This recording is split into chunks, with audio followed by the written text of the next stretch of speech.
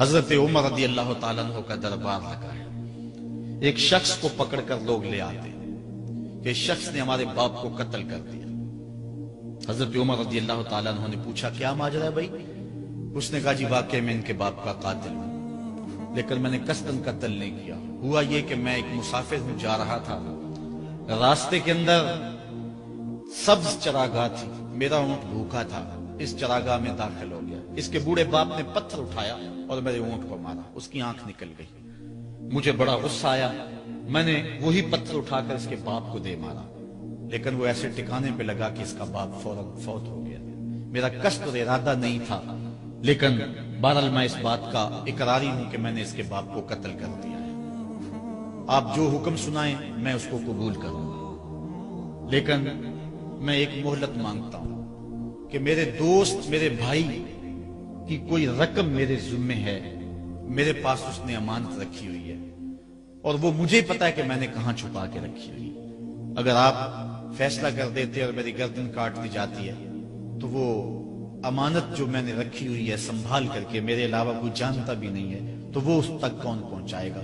اگر آپ مجھے 3 دن کی مہلت دے دیں تو میں جا کر کے اس کی امانت اس کو واپس کر کے پھر واپس آؤں گا، پھر یہ پھندا پھانسی کا میں اپنے گلے میں ڈلوانے کے لیے تیار ہوں۔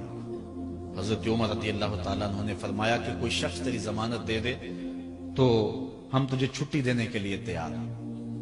اس نے دائیں بائیں دیکھا، پورے مدینے میں اس کا کوئی شناسہ ہی نہیں تھا، واقف ہی نہیں تھا، ایک اجنبی شخص تھا۔ حضرت ابو ذر غفاری کھڑے ہو گئے، کہا حضرت عمر میں اس کی ضمانت دیتا ہوں۔ ضمانت دے دی گئی، وہ چلا گیا۔ تیسرے دن وعدے کا جو وقت تھا، لوگ جمع ہو گئے، دربار لگ گئے، ابھی تک آنے والا نہیں آیا۔ لوگوں نے کہا ابو ذر تو نے غلطی کی ہے، ایک اجنبی کی ضمانت دی اور ابھی تک وہ نہیں آیا۔ اور میاں صاحب فرماتے ہیں ایک بار جو بھائیں اڑ جاندے اور پھر کدی نہ پھنس دیندے۔ ظاہر ہے وہ چلا گیا، واپس تو نہیں پلٹ کے آئے گا، اسے پتا ہے کہ آگے سیدھی سیدھی میری موت ہے، تو تم نے یہ کیا غلطی کی؟ خیر آپ نے فرمایا کہ اگر وہ نہ آیا تو یہ پھانسی کا پھندا میرے گلے میں ڈال لینا، لیکن بہرحال میں نے اس کی ضمانت دی۔ کچھ عرصہ بیتا کہ دور سے گرد و غبار اڑتا ہوا دکھائی دیا۔ جب صورت واضح ہوئی تو وہی شخص تھا۔ حضرت عمر فاروق رضی اللہ تعالیٰ عنہ کے دربار میں کھڑا ہو کہنے لگا حضرت کسی وجہ سے تاخیر سے پہنچا ہوں، معذرت چاہتا ہوں، اب جو حکم ہے پورا کیجیے۔ حضرت عمر رضی اللہ تعالیٰ عنہ اس کے پھانسی کے احکامات جاری کر چکے تھے۔ آپ نے فرمایا کہ ابو ذر یہ بتا کہ تو نے اس کی ضمانت کیسے دی جب تو اسے جانتا نہیں تھا؟ تو سن حضرت ابو ذر غفاری نے کیا کہا۔ کہا ایک اجنبی میرے محمد کے مدینے میں پناہ مانگ رہا تھا اور اس نے چاروں سمت دیکھا اور کوئی شخص نہیں تھا جو اس کو امان دیتا اور اس کی ضمانت دیتا، تو میں نے اس لیے ضمانت دے دی کہ نہ بھی آیا تو اپنی جان چلی جائے گی، کل کو یہ تو نہیں کہے گا کہ محمد کے مدینے میں کسی نے ضمانت مانگی تھی، پورے شہر میں کوئی ضمانت دینے والا نہیں تھا۔